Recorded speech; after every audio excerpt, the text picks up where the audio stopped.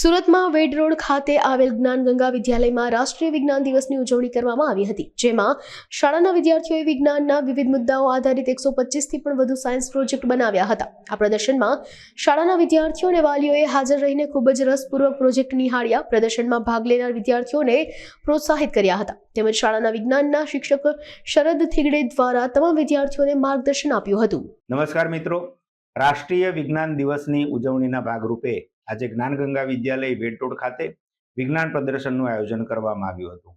ગુજરાતી, હિન્દી, અંગ્રેજી માધ્યમના વિદ્યાર્થીઓએ 125થી પણ વધારે પ્રોજેક્ટ્સ રજૂ કર્યા હતા।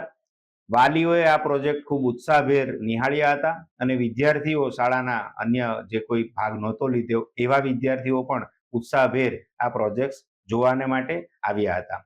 આ પ્રોજેક્ટ્સ બનાવવા માટે વિદ્યાર્થીઓએ છેલ્લા એક વીકથી વિજ્ઞાન શિક્ષક શરદભાઈ થીગડેના અને અન્ય શિક્ષકોના માર્ગદર્શન હેઠળ ખૂબ જહેમત ઉઠાવીને પોતાની મનની જે કંઈ અભિવ્યક્તિ હતી એ વિજ્ઞાનને સાથે જોડીને રજૂ કરીને આ પ્રોજેક્ટ બનાવ્યા હતા।